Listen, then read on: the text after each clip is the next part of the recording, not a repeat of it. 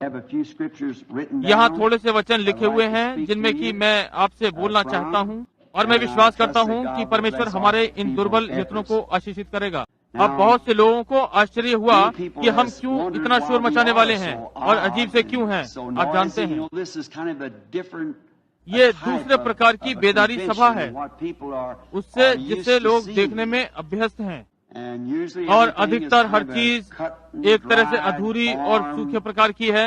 परंतु जब हम इन बेदारी सभाओं में आते हैं, जो कि बहुत वर्षों से मेरा विशेषाधिकार है जब से इन्होंने आरंभ किया था, और शायद ही हम जानते हैं कि हम क्या करने जा रहे हैं। हम केवल आते हैं और अपने को समर्पित करते हैं। केवल यही चीज है जो हमें करना जानते हैं, और बाकी परमेश्वर सब करता है। इसलिए ये हमें अजीब सा कार्य करने वाले लोग बना देता है। उस दिन किसी ने कहा, तुम जानते हो कि वास्तव में तुम लोग एक अजीब चीज हो, और मैंने कहा ठीक है, मैं मानता हूँ कि हम हैं। और मुझे याद है कि एक बेदारी सभा, वो एक छोटा जर्मनी भाई ट्रॉय मुझे एक बार बता रहे थे, उसने कहा कि उसने पवित्र आत्मा का बपतिस्मा पाया है। और अगले दिन उस दुकान पर जहाँ वे काम कर रहे थे, उसने अपने हाथ उठा लिए और प्रभु की महिमा और अन्य भाषाओं में बोल रहे होंगे और श्रद्धा से करे चले जा रहे थे। और अंत में मालिक आया और बोला, एनी तुम्हें क्या हो गया है? उसने कहा, ओ मैं बचा लिया गया, मेरा हृदय आनंद से उमड़ रहा है। उसने कहा, अच्छा तुम अवश्य ही उन हिब्री वाले लोगों के झुंड में हो गए। उसने कहा, हाँ परमेश्वर की महिमा हो, हिब्रियों के लिए परमेश्वर का धन्यवाद हो। उसने कहा, आप आने वाले वाहन को लीजिए, आप उसमें से सारी ढिबियां निकाल दें, तो आपके पास लोहे की डंडियों को छोड़ और कुछ नहीं बचेगा।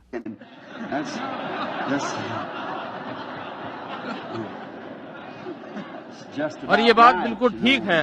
आप जानते हैं, एक दिन कैलिफोर्निया में मैं लॉस एंजलिस की सड़क पे जा रहा था, और मैंने देखा एक व्यक्ति की छाती पर यहाँ एक चिन्ह था, और चिन्ह ये कह रहा था कि मैं मसीह के लिए मूर्ख हूँ। और हर कोई उसकी ओर देख रहा था, और मैंने उन्हें देखा कि जब वो निकल जाता था तो वे उसे घूम घूम कर देखते थे।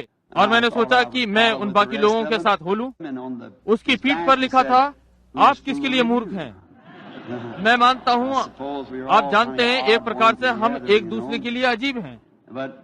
परंतु आप देखिए कि संसार पहिए के एक ऐसे चक्कर में फंस गया है कि कोई भी भिन्न वस्तु उसे इतना अजीब बना देती है, जब तक कि लोग ये ना सोच लें कि इसमें कहीं कुछ गड़बड़ी है। और अधिकतर परमेश्वर लोगों के लिए कुछ ऐसा असामान्य करता है कि लोग फिर से बाइबल की ओर वापस जाएं।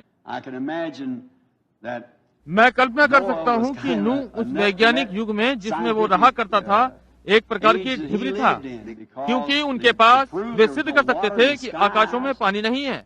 परंतु परमेश्वर ने कहा कि वहाँ कुछ थोड़ा है, इसलिए नूह प्रचार कर रहा था और उसका विश्वास कर रहा था, और वो एक ढिबरी बन गया। और मैं ये कल्पना करता हूँ कि जब मूसा मिस्र में गया तो वो एक प्रकार से फिरौन के लिए ढिबरी था, परंतु याद रखें फिरौन भी उसके लिए एक ढिबरी था। इसलिए वे हम ये अनुभव करते हैं, यहाँ तक कि यीशु को एक नास्तिक समझा गया। ये ठीक बात है। मार्टिन लूथर रोमन कैथोलिक के लिए एक ढिबरी था, जॉन वेस्ली एंग्लिकन के लिए एक ढिबरी था। इसलिए आप जानते हैं कि ये समय दूसरी ढिबरी लोगों के लिए है। क्या आप ऐसा नहीं सोचते? परंतु पहले इसके की ढिबरी या नट हो, आप जानते हैं कि पहले बोल्ट या अर्गला होना चाहिए जिसकी चूड़ी से चूड़ी मिलती हुई हो। इसलिए आप जानते हैं, नूह एक ढिबरी होने के नाते एक ढिबरी लीजिए, ये अर्गले यानी बोल्ट को खींचता है, किसी चीज को पास पास खींचता है और दोनों को साथ साथ रोके रहता है। ये नूह ढिबरी होने के कारण इस योग्य था कि जो उस पानी के जहाज पर विश्वास करेगा तो वो उसे न्याय में से खींच लेगा। हम पाते हैं कि मूसा ने ढिबरी होने के नाते कलीसिया को मिस्र से बाहर निकाला। ये ठीक बात है। मैं सोचता हूँ कि हमें एक ढिबरी की आवश्यकता है जो दुल्हन को गिरजों से बाहर खींचे। अब हमें कुछ चाहिए एक और। इसलिए हम बहुत ही भिन्न प्रकार के लोग हैं, और आज रात्रि मैंने सोचा यदि प्रभु की इच्छा होगी तो मैं कुछ जो इससे संबंधित है पढ़ने का यत्न करूंगा, और आपसे थोड़े से क्षणों के लिए बोलूंगा और दिखाने का यत्न करूंगा कि हम क्यों इस तरह के अजीब लोग हैं। हम वचन में फिलिपियों का 2 अध्याय 1 और 8 निकालें, और 2 कुरिन्थियों 3:6, और हम आइए इसे पढ़ेंगे जैसा कि हम परमेश्वर के वचन पर विश्वास करते हैं। और अब इससे पहले कि हम इसे पढ़ें, आइए हम अपने सिरों को प्रार्थना में झुकाएं। अनुग्रहकारी स्वर्गीय पिता, वास्तव में आज रात्रि हम विशेषाधिकार प्राप्त लोग हैं कि इस युग में रह रहे हैं और जो चल रहा है वो देखते हैं और जानते हैं कि समय समाप्त होने पर है, जब यीशु अपनी कलीसिया के लिए आएगा। ओ प्रभु, हमारे हृदय उत्तेजना से भर जाते हैं और आज रात्रि जैसा कि हमने इन पन्नों को उल्टा है, हम प्रार्थना करते हैं कि इस मूल पाठ में से हमें प्रसंग देंगे और होने दे कि पवित्र आत्मा हमारे हृदय में वो चीजें प्रकट करे जो कि परमेश्वर के लिए अच्छी और आनंददायक हो, क्योंकि ये हम यीशु के नाम में मांगते हैं, आमीन। आप जानते हैं, मैं विश्वास करता हूँ कि मैं आपसे कुछ करने के लिए कहूँगा। मैं अक्सर कुछ अजीब चीजें मांगता हूँ और मुझे आशा है कि मैं कोई बहुत अजीब चीज नहीं मांग रहा हूँ, परंतु जब हम झंडे से राज्य की निष्ठा की शपथ लेते हैं तो हम सब खड़े हो जाते हैं और हम सलामी के लिए खड़े हो जाते हैं। आइए हम अपने पैरों पर खड़े हो जाएं जबकि हम वचन पढ़ रहे हैं। 2 कुरिन्थियों 3:6 not of the letter but of the spirit, for the letter killeth but the spirit giveth life. But if the ministration of death written and engraved on stones was glorious, so that the children of Israel could not steadfastly behold the face of Moses for the glory of his countenance, जिसने हमें नई वाचा के सेवक होने के योग्य भी किया, शब्द के सेवक नहीं वरन आत्मा के, क्योंकि शब्द मारता है और आत्मा जिलाता है। और यदि मृत्यु की वो वाचा जिसके अक्षर पत्थरों पर खोदे गए थे यहाँ तक तेजोमय हुई कि मूसा के मुंह पर के तेज के कारण जो घटता भी जाता था, इजराइल उसके मुंह पर दृष्टि नहीं कर सकते थे, तो आत्मा की वाचा और भी तेजोमय क्यों ना होगी। और जो तेजोमय था वो भी उस तेज के कारण जो उससे बढ़कर तेजोमय था कुछ तेजोमय न ठहरा, क्योंकि जब वो जो घटता जाता था तो वो जो स्थिर रहेगा और भी तेजोमय क्यों ना होगा। तो ऐसी आशा रखकर हम हियाव के साथ बोलते हैं और मूसा की नाई नहीं जिसने अपने मुंह पर पर्दा डाला था ताकि इजराइल उस घटने वाली वस्तु के अंत को ना देख सकें, परंतु वे मतिमंद हो गए, क्योंकि आज तक पुराने नियम को पढ़ते समय उनके हृदयों पर वही पर्दा पड़ा रहता है, पर वो मसीह में उठ जाता है। और आज तक जब कभी मूसा की पुस्तक पढ़ी जाती है तो उनके हृदय पर पर्दा पड़ा रहता है, परंतु जब कभी उनका हृदय प्रभु की ओर फिरेगा तब वो पर्दा उठ जाएगा। प्रभु तो आत्मा है और जहाँ कहीं प्रभु का आत्मा है वहाँ स्वतंत्रता है, परंतु जब हम सब के सब उघाड़े चेहरे से प्रभु का प्रताप इस प्रकार प्रकट होता है जिस प्रकार दर्पण में, तो प्रभु के द्वारा जो आत्मा है हम उसी तेजस्वी रूप में अंश अंश करके बदलते जाते हैं। और फिलिपियों 2 में हम ये पढ़ते हैं, पहले पद से आरंभ करके 8वें पद तक। If there be therefore any consolation in Christ, if any comfort of love, if any fellowship of the Spirit, if any bowels of mercy, तो यदि मसीह में कुछ शांति और प्रेम से ढाढ़स और आत्मा की सहभागिता और कुछ करुणा और दया है, तो मेरा ये आनंद पूरा करो कि एक मन रहो और एक ही प्रेम, एक चित्त और एक ही मनसा रखो। विरोध और झूठी बड़ाई के लिए कुछ न करो, पर दीनता से एक दूसरे को अपने से अच्छा समझो। हर एक अपने ही हित की नहीं वरन दूसरे की हित की भी चिंता करे। जैसा मसीह यीशु का स्वभाव था वैसा ही तुम्हारा भी स्वभाव हो, जिसने परमेश्वर के स्वरूप में होकर भी परमेश्वर के तुल्य होने को अपने वश में रखने की वस्तु ना समझा, वरन अपने आप को ऐसा शून्य कर दिया और दास का स्वरूप धारण किया और मनुष्य की समानता में हो गया और मनुष्य के रूप में प्रकट होकर अपने आप को दीन किया, यहाँ तक कि आज्ञाकारी रहा कि मृत्यु, हाँ क्रूस की मृत्यु भी सह ली। आइए हम प्रार्थना करें। Heavenly Father, this great स्वर्गीय पिता, word ये that महान has been वचन read tonight जो आज not रात्रि only आपके read, पवित्र लेख से पढ़े गए, make इसे it हमारे so हृदयों में real इतना to our वास्तविक बना hearts दें that we कि will जब go हम from यहाँ से here जाएंगे like तो those उन going अमाउस from की ओर Emmaus, जाने वालों की तरह saying, कहें, "Did क्या not हमारे our हृदय hearts अंदर ही burn अंदर within us उत्तेजित ना हुए as he जब talked वो to us मार्ग में हमसे along बातें the करता road? था। For we ये ask हम it in यीशु के Jesus' नाम में name. मांगते हैं, Amen. आमीन। आप बैठ जाएं।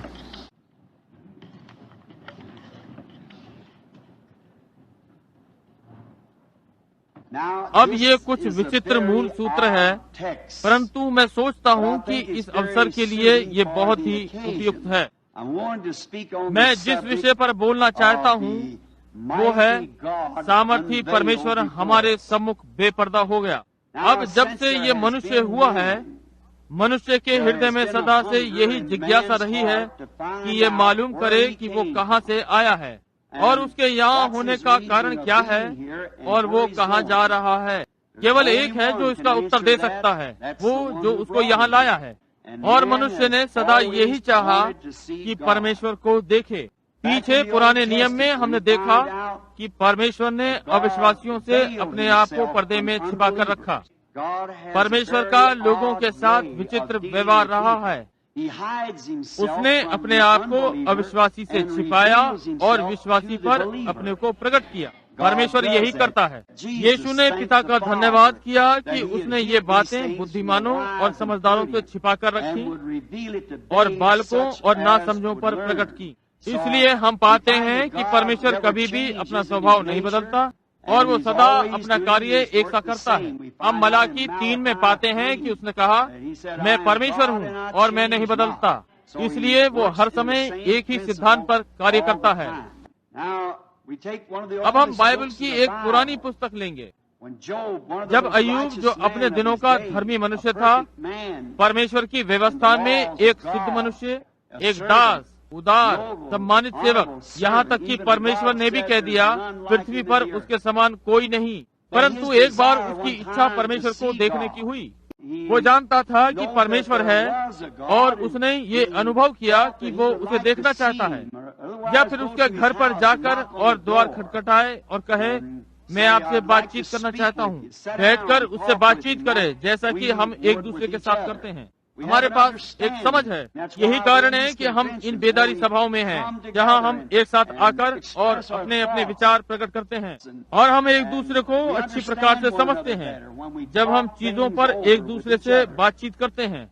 और सेवक ये करते हैं, जीवन में हर प्रकार के लोग ये करते हैं, विषयों पर बातें करते हैं। और अय्यूब, परमेश्वर उसके लिए इतना वास्तविक था, यदि वो जाकर उसका द्वार नहीं खटखटा सकता था तो वो उसे पाना चाहता था और उसके साथ साक्षात करे।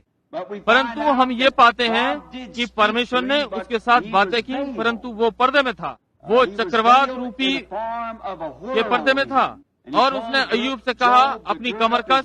वो उससे एक मनुष्य की भांति बात करने जा रहा है और वो चक्रवात में नीचे उतरा और अय्यूब से बोला और वो चक्रवात में से होते हुए अय्यूब पर प्रकट हुआ।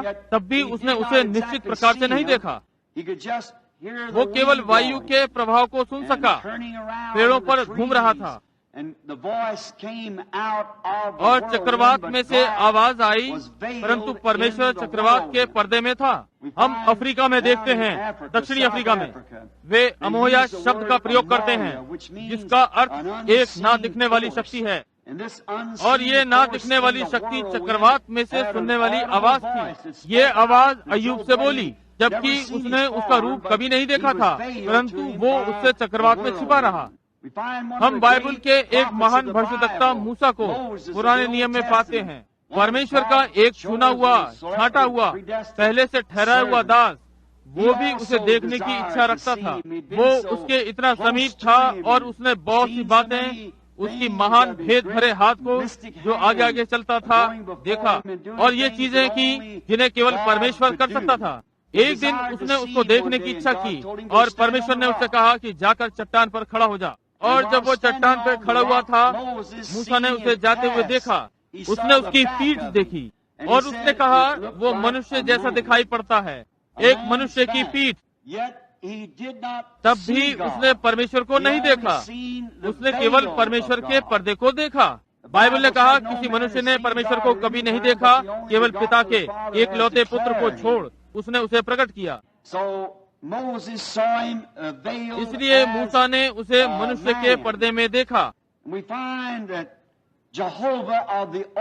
और हम पाते हैं कि पुराने नियम का यहोवा केवल नए नियम का यीशु था। और यहाँ डॉक्टर स्कॉफील्ड हम पाते हैं कि उसका वचन रूप को बदल रहा है। एक शब्द एनमॉर्फ यूनानी में पाते हैं जिसका अर्थ अदृश्य जो दिखने वाला बन गया। ऐसा जो नहीं हो सकता हम जानते हैं कि वो है। ये हो सकता है ना दिखाई दे सके, परंतु फिर भी हम ये जानते हैं कि वो है। और जब वो अपना रूप बदलता है एनमॉर्फ वाला, जिसका अर्थ है कि वो अलौकिक से प्राकृतिक में बदल गया, और उसने केवल अपना मुखौटा बदला। और एक प्रकार से ये नाटक की तरह है, वो अभिनय कर रहा था। यूनानी में जब वे अपने मुखौटे को बदलते थे, हो सकता है एक नाटक में एक कलाकार ने बहुत सारी भिन्न भिन्न भूमिकाएं की। और मेरी पुत्री जो यहाँ है, उसने हाई स्कूल में एक नाटक किया था। और वे एक लड़का जिसको मैं जानता हूँ, उसने 4 बार अलग अलग भाग में भूमिकाएं की। परंतु वो मंच के पीछे जाता और अपना बदलता, अपना मुखौटा दूसरे चरित्र का रूप भरने के लिए बदलता। और यदि आप पुराने नियम की भविष्यवाणियों को मसीह के संदर्भ में लें कि मसीह को क्या होना चाहिए था, आप उसकी यीशु के जीवन से तुलना कर सकते हैं और आपको सही में यीशु कौन था मिल ही जाएगा। वो केवल एक साधारण मनुष्य नहीं था, वो परमेश्वर था। एनमॉर्फ वो अलौकिक रूप से बदलकर प्राकृतिक मनुष्य के रूप में हो गया। जबकि वो प्रकट परमेश्वर देह में था, मनुष्य के मांस रूपी पर्दे में छिपा था। और आप पुराने नियम को देख सकते हैं। मैं जानता हूँ कि मैं मिली जुली सभा से आज रात्रि बोल रहा हूँ, संसार के विभिन्न भागों से। और हम यहाँ पाने के लिए हम क्या हैं, हम क्या कर रहे हैं, हम क्या हैं, हम कहाँ जा रहे हैं, क्या घटित हो रहा है, इस सब का क्या अर्थ है। और अब हम यहाँ ये पाते हैं कि यदि आप यहूदी पुरुष और स्त्रियाँ और मंदिरों में रब्बी लोग उन दिनों में जो बीत गए, यदि वो बाइबल को ध्यानपूर्वक देखते, उन भविष्यवाणियों को, न कि उन रीतियों को, यीशु कौन था वे पहचान लेते। वे उसे कभी भी बालजबूल न कहते, वे कभी भी उसे क्रूस पर न चढ़ाते, परंतु ये सब होना ही था। ये नाटक का भाग है। और इस मामले में वे अंधे थे। आज रात्रि यहाँ आप में से बहुत से पुरुष और स्त्रियों की तरह हो सकता है जो मेरी आयु या उससे थोड़े अधिक हों। आपको याद है यहाँ अमेरिका में कुछ वर्षों पहले वे चीनी मेरे भाई, उनका अभी अभी यहाँ परिचय हुआ है। ये मेरे मस्तिष्क में तब आया जब मैं उनसे बातें कर रहा था। और वे कैसे किया करते थे, वे अंग्रेजी नहीं बोल सकते थे और वे कपड़े धोने की दुकान चलाते थे। और आप उनकी कपड़े धोने की दुकान यानी ड्राईक्लीन की दुकान पर धुलवाई कराने जाएं, और वो चीनी ड्राईक्लीन वाला संलग्न करने के लिए एक कागज का पत्र लेगा और उसे निश्चित ढंग से फाड़ेगा। आप उस कागज के टुकड़े का एक भाग लेंगे और वो दूसरा भाग ले लेगा। परंतु जब आप अपनी चीज लेने के लिए वापस आएंगे तो उन दोनों टुकड़ों को आपस में ठीक ठीक मिलना होगा।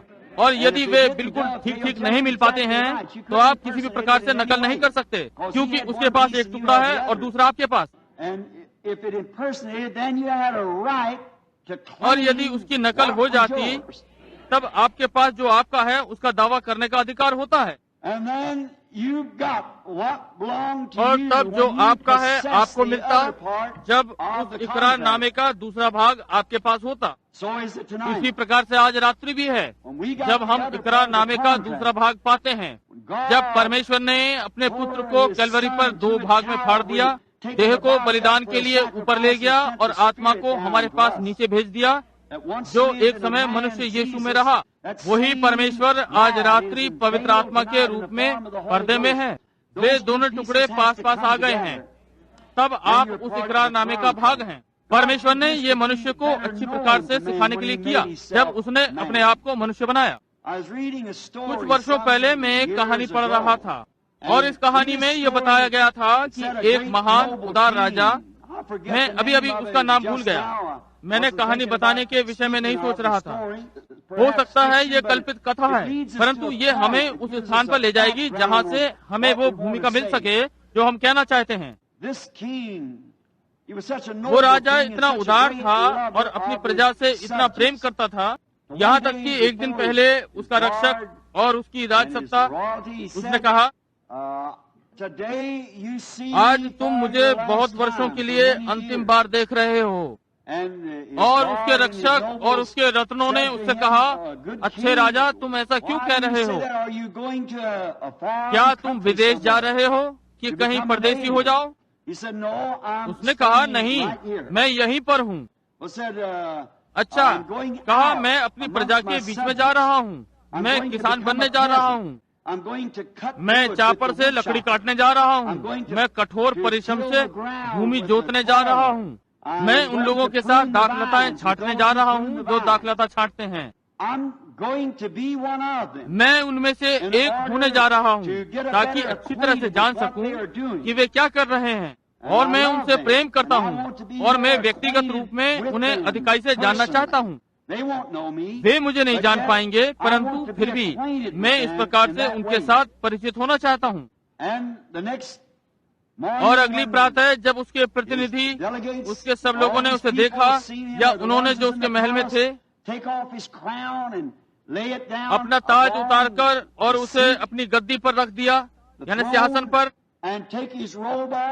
और अपने कपड़े उतारकर और किसान के कपड़े पहनकर और साधारण लोगों के बीच में चला गया। अब इस छोटी सी कहानी में हम परमेश्वर के विषय में पाते हैं, उन्होंने राजा से कहा, राजा, हम तुम्हें चाहते हैं, हम आपसे प्रेम करते हैं, हम चाहते हैं कि आप राजा ही बने रहें। परंतु वो उनमें से एक बनना चाहता था कि उनसे और अच्छी तरह से जान पहचान करे, ताकि वे उसे भली भांति जान पाएं कि वास्तव में वो क्या था। ये उन्हें ये दर्शाएगा कि वो वास्तव में क्या था, और यही परमेश्वर ने किया। उसने स्वयं को यहोवा परमेश्वर से बदलकर हम में से एक बन गया, ताकि वो दुख उठा सके और मृत्यु का स्वाद चख सके। वो ये जान सके कि मृत्यु का डंक क्या था और मृत्यु की सजा अपने ऊपर ले ले।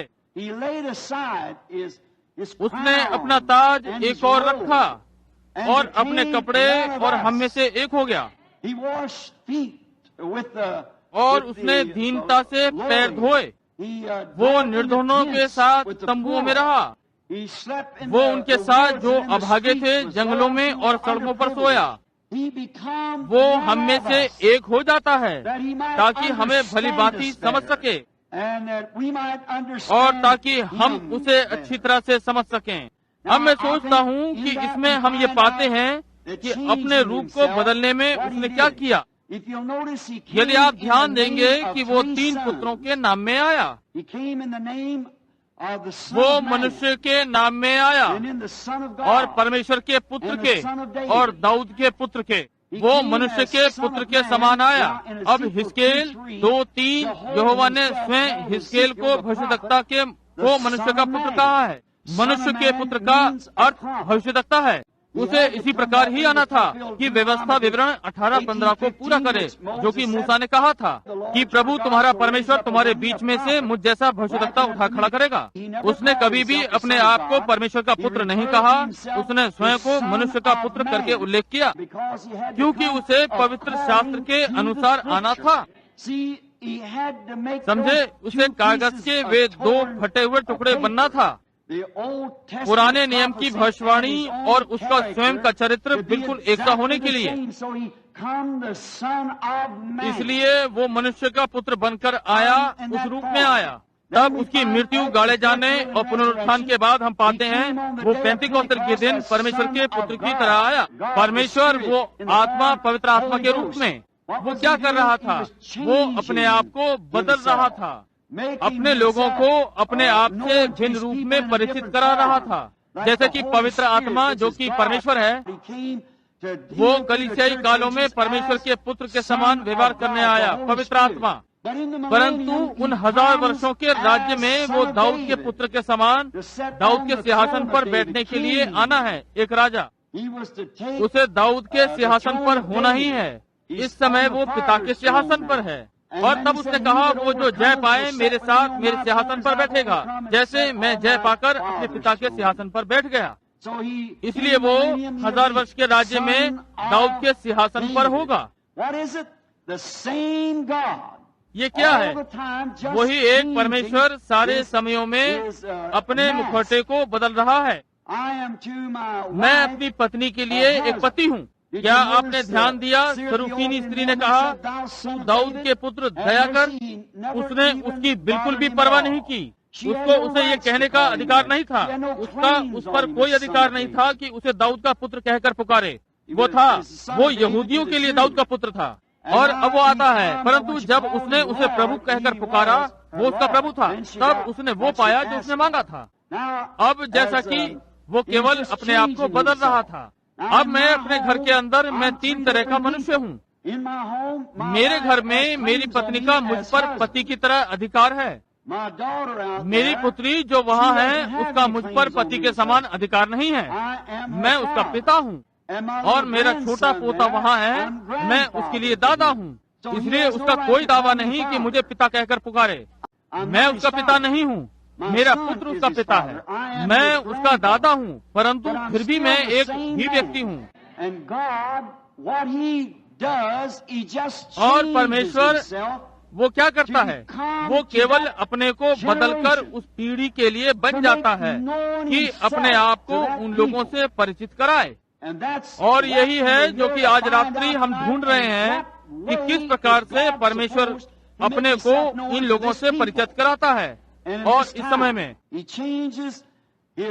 वो अपना मुखौटा बदलता है, वो अपना कार्य बदलता है, परंतु वो अपनी प्रवृत्ति नहीं बदलता। वो अपना नहीं बदलता, वो अपना स्वभाव, वो केवल एक से दूसरे मुखौटे को बदलता है। वो अपने आप को लोगों पर साधारणता में प्रकट करने के लिए ऐसा करता है, ताकि वे जान सकें कि वो कौन है और वो क्या है। इब्रानियों 1 में हम पढ़ते हैं, पूर्व युग में परमेश्वर ने बाप दादाओं से थोड़ा थोड़ा करके और भांति भांति से भविष्यवक्ताओं के द्वारा बातें करके, परंतु इन अंतिम दिनों में अपने पुत्र यीशु के द्वारा। अब भविष्यवक्ता यीशु ने जब वो इस पृथ्वी पर था, कहा वे ईश्वर हैं। तुमने उनको ईश्वर कहा जिनके पास परमेश्वर का वचन आया, और पवित्र शास्त्र लोप नहीं हो सकता। उसने कहा तो फिर तुम उसे कैसे दोषी ठहरा सकते हो जब वो परमेश्वर का पुत्र है? समझे? परमेश्वर का वचन हर युग के लिए भाग में ठहराया गया, क्या होने के लिए? और यीशु हर एक भविष्यवाणी का पूरक था। उसमें परमेश्वरत्व की परिपूर्णता सदैव वास करती थी। वो उसमें था। वो था जो यूसुफ में था, वो था जो एलिया में था, वो था जो मूसा में था, वो था जो दाऊद में था, एक अस्वीकार किया गया राजा। उसके अपने लोगों ने उसको राजा होने के लिए अस्वीकार किया। और जैसे ही वो बाहर निकला, उस आंगन से एक पीड़ित व्यक्ति इधर उधर खिचड़ते हुए उसकी सरकार को नापसंद किया, उसकी कार्य पद्धति को, और उसने उस पर थूका। और रक्षक ने अपनी तलवार खींची, कहा ये जो मेरे राजा पर थूक रहा है, मैं इस कुत्ते का सिर इस पर रहने दूं। और दाऊद हो सकता है अनुभव नहीं कर सका कि वो उस समय क्या कर रहा है, परंतु वो अभिषेक था। और उसने कहा उसे जाने दो। परमेश्वर ने उससे यही करने को कहा, और वो पहाड़ पर चढ़ गया और यरूशलेम पर रोया, एक तिरस्कृत किया गया राजा। क्या आपने ध्यान दिया कि उससे कुछ सैकड़ों वर्ष पश्चात दाऊद का पुत्र सड़क पर उसके मुंह पर झुका गया, और वो पहाड़ पर था, उसी पहाड़ पर नीचे सामने यरूशलेम को देख रहा है, एक अस्वीकृत राजा, और रोया। यरूशलेम कितनी बार मैंने चाहा कि जैसे मुर्गी अपने बच्चों को पंखों तले छिपा लेती है, तुझे छिपा लूं, पर तूने ना चाहा। उसने कभी भी अपना स्वभाव नहीं बदला, क्योंकि इब्रानियों 13:8 ने कहा है, वो कल, आज और सदा तक एक सा है। परमेश्वर देहधारी हुआ ताकि हमें हमारे पापों से छुड़ाने के लिए मरे। इसी कारण उसने अपने आप को मनुष्य होने के लिए बदला। यूहन्ना 12:20 में हम देखते हैं, यूनानियों ने उसके विषय में सुना। अब कभी भी कोई व्यक्ति ऐसा नहीं हुआ कि उसके विषय में सुना हो और उसे देखने के लिए उसके हृदय में उत्तेजना ना हो। जैसे कि अय्यूब और पुराने नियम के भविष्यद्वक्ता, वे सब उसे देखना चाहते थे। इसलिए ये यूनानी उससे मिलने के लिए आया। वे फिलिप्पुस के पास आए, जो बैतसैदा का था, और कहा, श्रीमान हम यीशु से मिलना चाहते हैं। यूनानी उससे मिलना चाहते थे, परंतु वे उसे देखने में असक्षम थे, क्योंकि वो मंदिर में अपनी मानवता के स्वभाव में था। परमेश्वर मसीह में संसार को अपने में मिला रहा था। अब हम इसमें पाते हैं कि ये यूनानी लोग उसे न देख सके, और उन्हीं शब्दों पर ध्यान दें जो यीशु ने उनके बाद कहे। उसने कहा, जब तक गेहूं का बीज भूमि में पड़कर और मर नहीं जाता, वो अकेला रहता है। दूसरे शब्दों में, वे कभी भी उसके बदले हुए मुखौटे में, जिसमें वो तब था, देखने में सदा अयोग्य थे, क्योंकि वो मानव देह के पर्दे में था। परंतु जब वो गेहूं का बीज भूमि में गिरा, तब वो सारे वंशों को ले आता है। उस समय व्यवहारिक तौर पर वो यहूदियों के पास भेजा गया, परंतु इस गेहूं के बीज को गिरना ही था। परमेश्वर मनुष्य की देह के पर्दे में था, अविश्वासियों से छिपा हुआ, परंतु विश्वासियों पर प्रकट हो रहा था। यूहन्ना 1 में, आदि में वचन था, वचन परमेश्वर के साथ था, और वचन परमेश्वर था, और वचन देहधारी हुआ और हमारे बीच रहा, और हमने उसे देखा, जैसे पिता के इकलौते पुत्र की अनुग्रह से परिपूर्ण। अब आदि में वचन था, प्रकट किया गया विचार एक वचन है। आदि में वो परमेश्वर नहीं था। अब आज हमारा अंग्रेजी का शब्द ईश्वर का अर्थ आराधना का एक उद्देश्य है। ये मस्तिष्क के लिए कितना भ्रमात्मक है। आप किसी को भी ईश्वर बना सकते हैं, आप किसी भी वस्तु का ईश्वर बना सकते हैं, परंतु पुराने नियम उत्पत्ति 1 में, आदि में परमेश्वर ने एलोहिम शब्द का प्रयोग किया गया है। एलोहिम का अर्थ स्वयं अस्तित्व वाला। एलोहिम शब्द में कितना अंतर है हमारे ईश्वर शब्द से। एलोहिम का अर्थ स्वयं अस्तित्व वाला। हम स्वयं अस्तित्व में नहीं आ सकते। हम सर्वशक्तिमान, अनंत शक्ति, सर्वव्यापी, सर्वज्ञाता नहीं हो सकते। वो एलोहिम इस सब को प्रकट करता है। हम वो नहीं हो सकते। वो वृक्ष जिसका आप ईश्वर बनाते हैं, या भवन, ये स्वयं से अस्तित्व में नहीं है। इसलिए परमेश्वर आदि में एक अनंत जीवन वाला था। उसमें गुण थे, और वे गुण वचन बन गए, और वचन देह बन गया। यीशु छुड़ाने वाला था, और छुड़ाने का अर्थ वापस लाना है, और उसे वापस लाना, तो वो कहीं और होना चाहिए था कि वापस लाया जाए। इसलिए आप देखें, सारे लोग इसे कभी नहीं देख पाएंगे, क्योंकि सब लोग आदि में परमेश्वर के विचारों में नहीं थे। समझे? उन याजकों को देखिए, जब उन्होंने देखा कि उसने स्वयं को ठीक वचनानुसार प्रकट किया है, जो कि वो था, उन्होंने कहा, ये बालजबूल है। इस बात ने दिखाया कि उनका स्वभाव कहाँ था। वो उस दिन के आधुनिक विचार में था। परंतु जब वो छोटी वेश्या, जिससे उसकी भेंट द्वार पर हुई थी, और उसे बताया अपना मसीहा का चिन्ह उसने क्या किया है, ये बताकर प्रकट किया। क्यों? उसने कहा, श्रीमान, मुझे प्रतीत होता है कि तू भविष्यद्वक्ता है। हम जानते हैं जब मसीहा आएगा तो वो हमें सारी बातें बता देगा। वो उसे मसीह के रूप में पहचान रही थी। वो अभिषेक किया हुआ, क्योंकि वो वचन की योग्यता को पूरा करता था। क्या आप नहीं देखते कि कागज के दोनों टुकड़े पास पास आ रहे हैं? हम जानते हैं जब मसीहा आता है। अब हो सकता है परमेश्वर ने इसे मिश्रित किया था, और उसे निश्चित घंटी की आवाज निकालनी थी, एक ढालने वाले के समान। परंतु जब यीशु घूमा और बोला, मैं वही हूँ जो तुझसे बोल रहा हूँ, वहाँ कोई बालजबूल जैसी प्रकटीकरण नहीं था। उसने अपना पानी का बर्तन छोड़ा और नगर को दौड़ गई और कहा, आओ देखो, एक मनुष्य, उसने मुझे ये सब बता दिया जो मैंने किया था। क्या यही तो वो मसीहा नहीं है? समझे? अब ये क्या हुआ? पुराने पवित्र वचन को अनुभव के साथ मिला दिया। यही यीशु उसे दे रहा था। इसने क्या किया? इससे मसीह बना। और क्या आपने ध्यान दिया? तुरंत उसके पाप क्षमा हो गए, क्योंकि आरंभ से ही वो छुड़ा जाने योग्य थी, क्योंकि आदि में वो परमेश्वर के विचारों में थी। इसलिए इसने उसे छुड़ा लिया या वापस ले आया। जब उसने पवित्र वचन को प्रकट होते देखा, यहोवा द्वारा प्रकट किया हुआ, वो क्या था? वो क्या है? अब जब यीशु आता है, यदि वो नूह के संदेश के साथ आता तो वो काम नहीं करता। जहाज बनाकर तैराने के लिए ये काम नहीं करता, परंतु वो नूह परमेश्वर का भाग था। उसने अजीब ढंग से कार्य किया, क्योंकि वो अजीब था। And his message was peculiar because it was और उसका the संदेश word अजीब था being क्योंकि made वो manifest. वचन था जो प्रकट हो रहा था। वो मूसा के संदेश के साथ नहीं आ सकता था Because, क्योंकि it वो was काम the नहीं word. करता। Moses was मूसा God परमेश्वर का in a एक प्रकट किया हुआ portion भाग था। made manifest. वो He उस was समय the के लिए word प्रकट किया गया expressed for that वचन hour. था, But परंतु Jesus यीशु could not उसमें come नहीं आ that सकता था। the Bible बाइबल ने never said कभी he नहीं would come कहा in that कि way. वो इस प्रकार से आएगा, But when he परंतु come, जब वो आया तो expressed बिल्कुल exactly ठीक उसी like प्रकार the- प्रकट the हुआ। Testament had said Bible he ने would कहा be वो प्रकट expressed. होगा। Then all those who was तब वे redeemable सब जो छुड़ाने believed योग्य थे because they इसका were, विश्वास किया, क्योंकि वे परमेश्वर का विचार थे, आरंभ से ही उसके गुण थे जो देहधारी हुआ था और छुड़ाने योग्य और वापस परमेश्वर के पास लाया गया। जितनों ने उसे ग्रहण किया उसको उसने परमेश्वर के पुत्र होने का अधिकार दिया, क्योंकि वे छुड़ाए जाने के योग्य थे।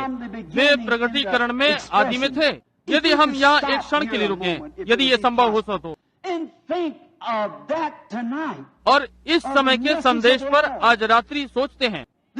यहोवा के प्रकट किए हुए विचार संसार की सृष्टि के पहले हमें बताया गया कि हमारे नाम मेमने की जीवन की पुस्तक में लिखे हुए हैं। तब हम दोनों भाग देख सकते हैं।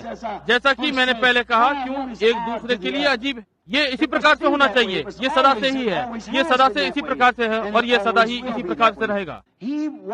वो वचन था और वचन देहधारी हुआ और हमारे बीच डेरा किया। अब परमेश्वर पुराने नियम के पिछले दिनों में कि इसके पश्चात वो अपने लोगों पर विभिन्न रूपों में प्रकट हुआ। उसने अपने को सुइसों की खाल के पीछे छिपा लिया।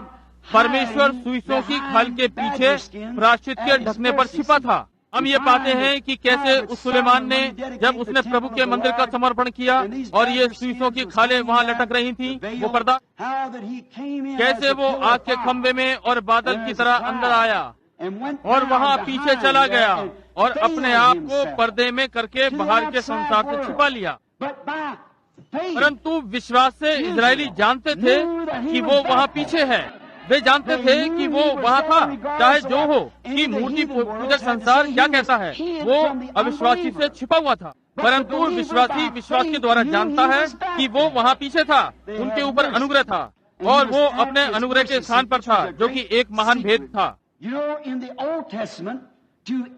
आप जानते हैं, पुराने नियम में उस खाल के पीछे प्रवेश करना मृत्यु थी। अब उसके पीछे जाने से रुकना मृत्यु है। तब उसकी महिमा में प्रवेश करना मृत्यु था। अब उसकी महिमा से अलग रहना मृत्यु है।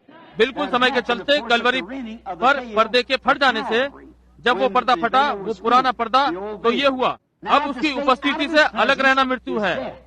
उस समय उसकी उपस्थिति में प्रवेश करना मृत्यु था। समझे, ये पीछे आगे बदलता रहता है और आपको वचन ढूंढना चाहिए कि देखें हम किन दिनों में रह रहे हैं। अब जब कलवरी पर पर्दा फट गया था तो प्रायश्चित का ढकना साफ साफ दिखाई पड़ता है। परंतु क्या हुआ?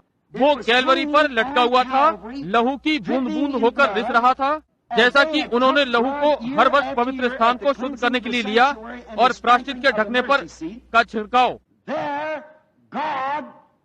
वहाँ परमेश्वर अपनी महान सामर्थी बिजली की चमक की शक्ति के साथ उस पुराने सुइसों के खाल के पर्दे को ऊपर से नीचे की ओर फाड़ दिया और प्रायश्चित का ढकना साफ दिखाई पड़ने लगा। परमेश्वर का वास्तविक मूल मेमना कलवरी पर लटका हुआ साफ दिखाई देता है। वो वास्तविक प्रायश्चित का ढकना, जब परमेश्वर ने स्वयं दाम चुका दिया था और हम में से एक हो गया और स्वयं को एक मनुष्य की तरह प्रकट किया ताकि हमसे परिचित हो जाए और हम उससे परिचित हों। प्रायश्चित का ढकना उस प्रायश्चित के दिन सारे इस्राएलियों को साफ दिखाई पड़ने लगा। परंतु हाय, उन दिनों की कलीसिया के पूर्वजों के रीति रिवाज अपने रीति रिवाजों से सच्चे प्रायश्चित के ढकने को लोगों से छिपा दिया। यदि वे पवित्र शास्त्र को जानते तो हर टुकड़ा चीनियों के कागज के टुकड़े की तरह आ जाता। पुराने नियम की भविष्यवाणी पूर्ण हो जाती और वो थी। और यदि उनको पवित्र शास्त्र सिखाया गया होता तो वे प्रायश्चित के ढकने को देख लेते। जैसा कि मूसा ने कहा, यहाँ वो आज के दिन तक उन पर पर्दा पड़ा है। वो अब भी उनके हृदयों पर पड़ा है, वे इसे नहीं देखते, परंतु वो परमेश्वर था। दुख उठाना और प्रायश्चित करना, वो वास्तविक प्रायश्चित का ढकना पूर्ण रूप से खड़ा हुआ दृष्टिगोचर हो रहा था। जैसे कि हमने भजन गाया, देखो उसे साफ दृष्टि में, वो वहाँ है सामर्थी विजेता, जब से उसने पर्दे को दो भाग में फाड़ा। देखिए वो प्रायश्चित का ढकना आ गया, सभा की दृष्टि में साफ लटका हुआ है, परंतु उनके लिए जो प्रचलित विचारों की सहमति, अब पुरुष और स्त्रियों इस बेदारी के प्रतिनिधियों, मैं ये बिना पक्षपात के कहना चाहता हूँ, परंतु आज के विचारों में, उस विचार में जिसमें आज हम यहाँ उपस्थित हैं, मुझे भय है कि पूर्वजों के रीति रिवाज, गिरजों के पूर्वजों ने इसे बहुत से लोगों से छिपा दिया है। जब से पवित्र आत्मा इन अंतिम दिनों में आया, जैसे कि भविष्यवाणी की गई और पर्दा फाड़ दिया गया, बहुत से लोग अपने पूर्वजों की रीति रिवाजों से लगे रहने के यत्न में हैं, और इसी कारण वे इस चरम आनंद को और शांति और उन बातों को जो आज कलीसिया के पास हैं नहीं देख सकते, जबकि ये उनके लिए जो विश्वास करते हैं साफ दिखाई पड़ता है। वो वचन को छिपाता है, आज के दिन की प्रतिज्ञा को किया हुआ वचन। अब रीति रिवाजों ने पर्दा बना दिया है। वे कहते हैं कि आश्चर्य कर्मों के दिन बीत गए। एक व्यक्ति मुझसे बोला, अच्छा सभ्य सज्जन पुरुष, ट्यूसन एरिजोना में जहाँ मैं रहता हूँ, मेरी रमादा में सभा होनी थी और हम बिजनेसमैन की बेदारी सभा में बोल रहे थे, जहाँ पर प्रभु यीशु आए, उपस्थित हुए और महान कार्य किए। और ये मसीह सज्जन पुरुष मेरे पास आया और कहा, एक कलीसिया का सेवक, बढ़िया व्यक्ति, और उसने कहा, भाई ब्रणम, आप लोगों पर प्रेरित युग को प्रकट करने का यत्न कर रहे हैं। वो बोला, और जबकि प्रेरित युग समाप्त हो चुका है। और मैंने कहा, मेरे भाई, मैं आपसे निवेदन करता हूँ कि पवित्र शास्त्र में मुझे दिखाएं कि कब प्रेरित युग समाप्त हुआ। और मैंने कहा, प्रेरिताई युग पेंतिकोस्तेल के दिन से आरंभ हुआ, और ये हुआ, पतरस ने पेंतिकोस्त के दिन कहा, ये प्रतिज्ञा तुमसे और तुम्हारी संतानों से और सब उन दूर दूर के लोगों से है जिनको प्रभु हमारा परमेश्वर अपने पास बुलाएगा। ये कब समाप्त हुई? यदि परमेश्वर अब भी बुला रहा है तो फिर प्रेरिताई युग का सत्र अभी भी चल रहा है। और इसलिए यही है जहाँ लोग बहुत सारे लोगों को अंधों के झुंड में अपने पूर्वजों के रीति रिवाजों के द्वारा मिला रहे हैं, जैसा कि तब था। और आप देखने में असफल होते हैं कि क्यों ये लोग बहुत ही हर्षोल्लासित रहते हैं और इतने उत्साहित हैं। और ये बेदारी सभाएं दूसरे लोगों के लिए एक अजीब चीज और ऐसी विचित्र चीज है, इसलिए क्योंकि वो देखते हैं उन्होंने वे बंधन तोड़ दिए हैं। वे उन पर्दों से बाहर निकलकर परमेश्वर की उपस्थिति में, जहां वे इस समय की प्रतिज्ञा को प्रकट होते हुए लोगों के सामने प्रकट होते हुए देख रहे हैं। वे देखते हैं कि परमेश्वर ने क्या प्रतिज्ञा की है। योएल 2:38 में उसने प्रतिज्ञा की, इन अंत के दिनों में लोगों पर अंतिम वर्षा होगी। इन अंत के दिनों में, मैं सोचता हूँ यूनानी शब्द केनोस है, जिसका अर्थ यह है कि उसने अपने आप को खाली कर दिया। इस प्रकार से नहीं जैसा कि हम कहेंगे, जैसे कि कोई चीज किसी के अंदर हो जो कि खाली हो गया हो, परंतु उसने अपने आप को बाहर उंडेल दिया। उसने अपना मुखौटा बदला, वो उससे बदलकर जो वो था वो हो गया जो वो है। उसने कभी भी अपना स्वभाव नहीं बदला, परंतु पेंतिकोस्त के दिन उसने अपने आप को मनुष्य के पुत्र से बदलकर परमेश्वर का पुत्र हो गया। वो आया लोगों के साथ नहीं, वो आया लोगों के अंदर, समझे? वही परमेश्वर कि अपनी सेवकाई को इस महान युग में चलाए। उसने बाइबल में भविष्यवाणी की है कि एक दिन आएगा, ना तो वो दिन होगा या रात होगी, परंतु सांझ के समय उजियाला होगा। अब सूर्य भौगोलिक रीति से पूर्व में उदय और पश्चिम में डूबता है। सारे समय ये वही सूर्य होता है।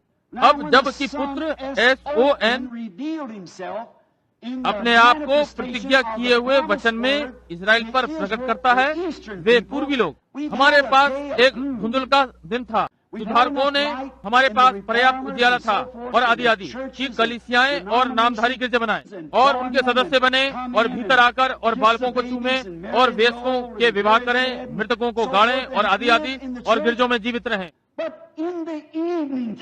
परंतु सांझ के समय उजियाला होगा।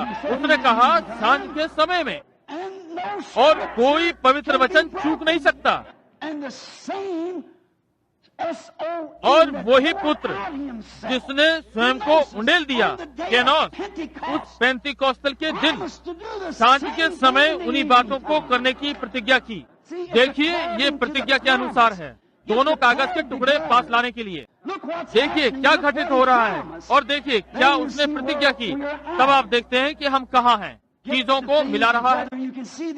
आप इस महान और सामर्थ्य के बेपर्दा होने को देख सकते हैं। रीति रिवाजों ने इन महान चीजों के विरुद्ध में लोगों को फिर चंदा कर दिया है जिनकी की भविष्यवाणी की गई थी। मूसा उस पहाड़ से जो अग्नि में था जब सामने आया, कितना सुंदर चित्रण है। मूसा मिस्र को चला गया था और कलीसिया के प्राचीनों को बताया कि प्रभु परमेश्वर ने उसे मैं हूँ के नाम में दर्शन दिया है। वो नाम वर्तमान काल है। मैं था, मैं होऊंगा नहीं, परंतु मैं हूँ, सदा एक सा, कल आज और सर्वदा एक सा। वो वर्तमान काल है, वो जो कि इब्रानियों 13:8 से तुलना करता है। यीशु मसीह कल आज और सदा तक एक सा है। वो अब भी भविष्यवाणी किया हुआ वचन है और सभा जो वचन के साथ मेल खाती है, इस दिन का अनुभव जो उसके पास है, सुधारकों के पास ये था। परंतु ये दूसरा दिन है। हम देखते हैं कि हम किन दिनों में रह रहे हैं। जैसा कि वो इन दिनों में नहीं आ सका जब वो पृथ्वी पर था, उस प्रकार जैसे मूसा आया या कोई और भविष्यद्वक्ता आया, ये भविष्यवाणी नहीं की गई थी। और इन अंत के दिनों में ये भविष्यवाणी की गई है कि वो इस प्रकार आएगा।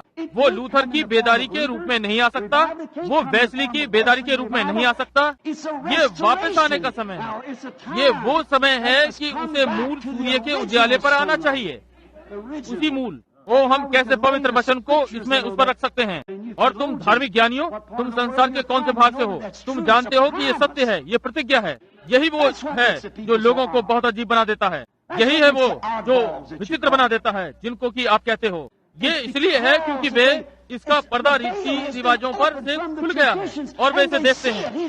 वो कल आज और सर्वदा एक सा है। ये परमेश्वर की प्रतिज्ञा है और हम इसके विरोध में नहीं हो सकते क्योंकि पवित्र वचन असफल नहीं हो सकता। हाँ, हम पाते हैं कि उसने प्रतिज्ञा की है कि वो अपने आप को लोगों में उंडेल देगा और वो कल आज और सर्वदा एक सा है। मूसा जब वो मिस्र में चला गया होगा, इसके पश्चात उसने ये घोषित किया, तब पिता ने उसका ये संदेश सीने पर्वत पर उसी आग के खंभे में और पर्वत को अग्निमय करके प्रमाणित किया। क्या हमने उस एक पर ध्यान दिया कि उसने प्रतिज्ञा दी? वो उसे वचन के साथ लेकर आया। उसके पास आज्ञाएं थीं और उन आज्ञाओं को पाने के लिए उसे चाहिए था कि आज्ञाएं वचन थीं। वचन आज तक कभी लोगों के पास नहीं आया, इसलिए वचन सदा भविष्यद्वक्ता के पास आता है और वो उस समय के लिए भविष्यद्वक्ता था, जैसे कि यीशु वचन था। यूहन्ना भविष्यद्वक्ता था और यीशु उसके पास पानी में आया, क्योंकि वचन सदा भविष्यद्वक्ता के पास बिना रुकावट के आता है, वचन के पास आता है। इसलिए मूसा वचन उसके पास आया, वे आज्ञाएं और उसके पास वो थी। अब क्यों? इससे पहले वचन दिया जाता और प्रकट किया जाता, मूसा को अपने मुख पर पर्दा डालना पड़ा, क्योंकि वचन पूरी प्रकार से प्रकट नहीं हुआ था। वे जान गए कि कुछ घटित हुआ है, परंतु वे नहीं जान पाए कि वो क्या था। वो गर्जना और बिजलियों का चमकना, जब तक उन्होंने नहीं कहा हमसे मूसा बात करे और परमेश्वर नहीं।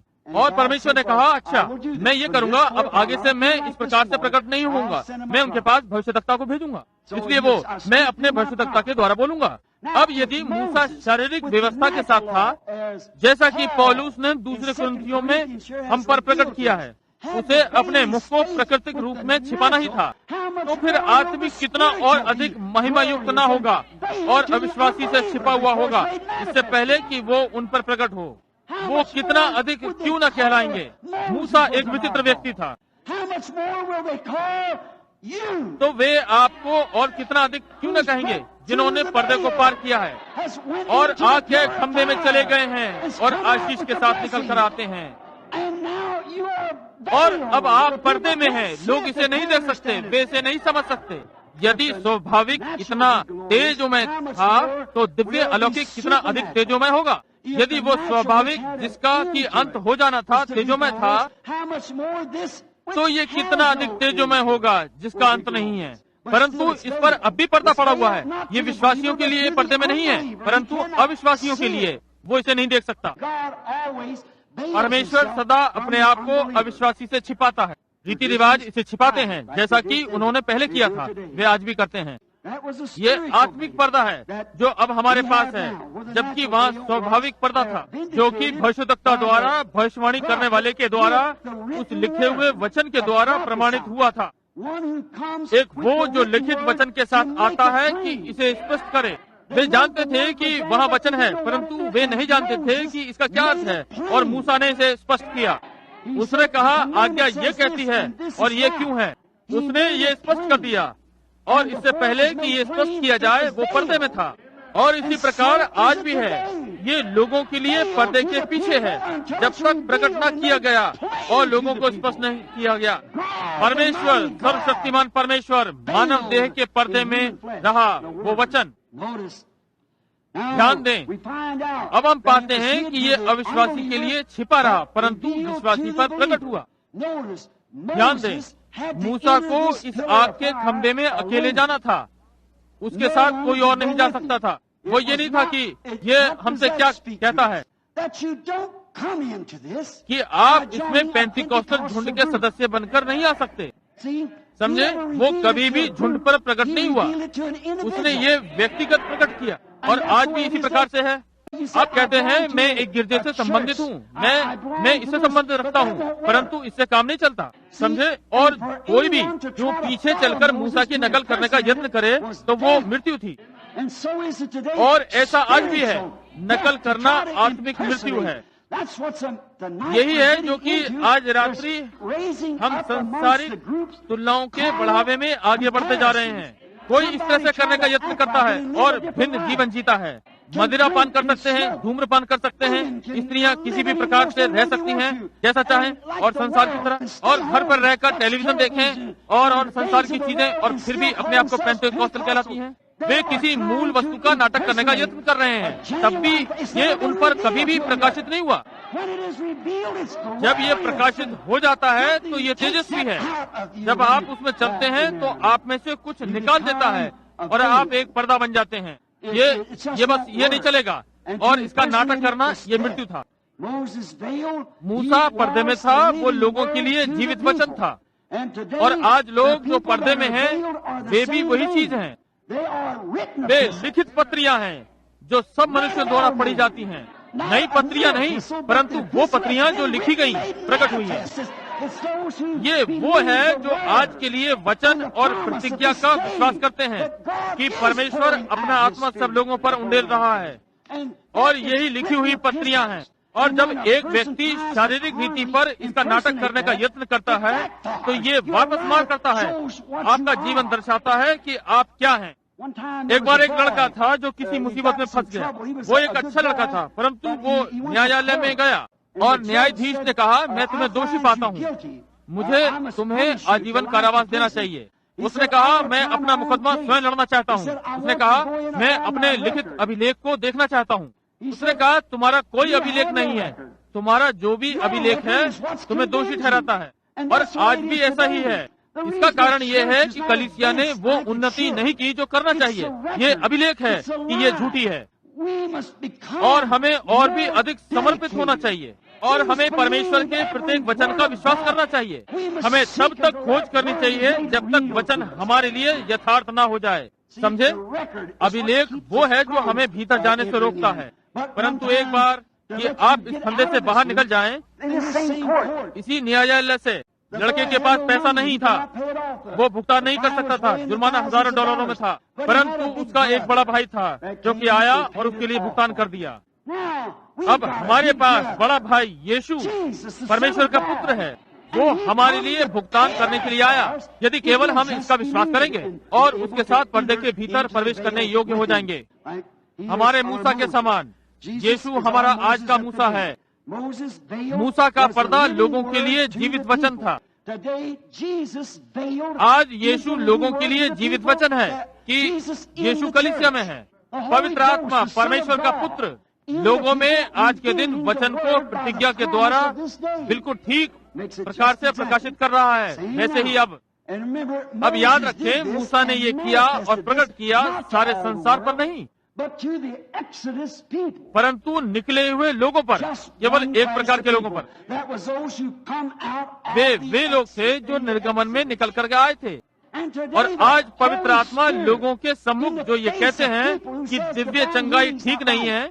जब मैं परामर्श कर रहा था, उतने एक डॉक्टर ने मुझे बुलाया, एक छोटी महिला, वहाँ 4-5 मरीज मृत्यु के समीप पड़े हुए थे, जिनको कुछ ही घंटे मिले थे, और पवित्र आत्मा ने उन्हें चंगा कर दिया।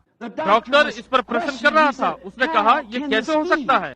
क्यों? उसने कहा, ये मेरा मरीज है। मैंने कहा, ये था, परंतु अब ये परमेश्वर का है। ये अब उसका विषय है, समझे? और इसलिए आप ये चीजें देखते हैं, परमेश्वर एक निर्गमन को बुला रहा है कि शरीर के पर्दे के पीछे से निकलकर आ जाओ। और जो इसकी नकल करने का यत्न करते हैं, जो गिरजों की सदस्यता लेने का यत्न करते हैं, मेथोडिस्ट नहीं, बैप्टिस्ट, प्रेस्बिटेरियन, सब एक साथ, परंतु पेंटिकोस्टल कलीसियाएं, ये एक व्यक्तिगत मामला है। ये आपका और परमेश्वर का है। आपको ही अंदर जाना है, आपके झुंड को नहीं, आपके कलीसिया को नहीं, आपके पास्टर को नहीं, परंतु ये केवल आप हैं जिसे अंदर प्रवेश करना है। मैं चाहता हूं कि आप ध्यान दें मूसा की एक और विशिष्टता। जब वो बाहर आता है, जबकि वो भविष्यवक्ता था, एक महान पुरुष होने के नाते जो कि वो था, जब वो वचन के साथ बाहर आया, लोगों ने देखा कि वो बदल गया था, उसे कुछ हुआ था। जब वो उस समय के प्रमाणित वचन के साथ बाहर आया, वो आज्ञाएं, वो एक बदला हुआ व्यक्ति था। और इसी प्रकार से आप भी, जब आप होंगे, जब आप मानव देह के पर्दे के पीछे से निकलकर आते हैं, जो कि इस प्रकार की सभा पर हंसेगा, वो मनुष्य जो दिव्य चंगाई से ठोकर खाता है और कहता है कि आश्चर्य कर्मों के दिन समाप्त हो गए। आप उस मानव देह के पर्दे से, रीति रिवाज के पर्दे से बाहर निकल आए, और हर कोई जानेगा कि आपको कुछ हुआ है। हमारे आदरणीय भाई टिम ब्राउन की तरह मैं समझता हूँ कि बहुत सारे प्रेस्बिटेरियन या जानते हैं कि उसे कुछ हुआ था, क्योंकि वो रीति रिवाजों के पर्दे से बाहर निकल आया था। उसने देखा लोगों में कुछ है जो कि उसे आकर्षित कर रहा है, और वो पर्दे के पीछे से बाहर निकल आया। ठीक है, जब आप पर्दे के पीछे से निकल कर आते हैं, तब आप लोगों के सामने पूरी तरह से दृष्टिगोचर होते हैं कि वे देख सकते हैं कि आपको कुछ हो गया है। अविश्वासी के लिए पर्दे के पीछे छिपा हुआ वचन, परंतु विश्वासी को संपूर्ण दिखने वाला यीशु मसीह कल, आज और सर्वदा एक सा है।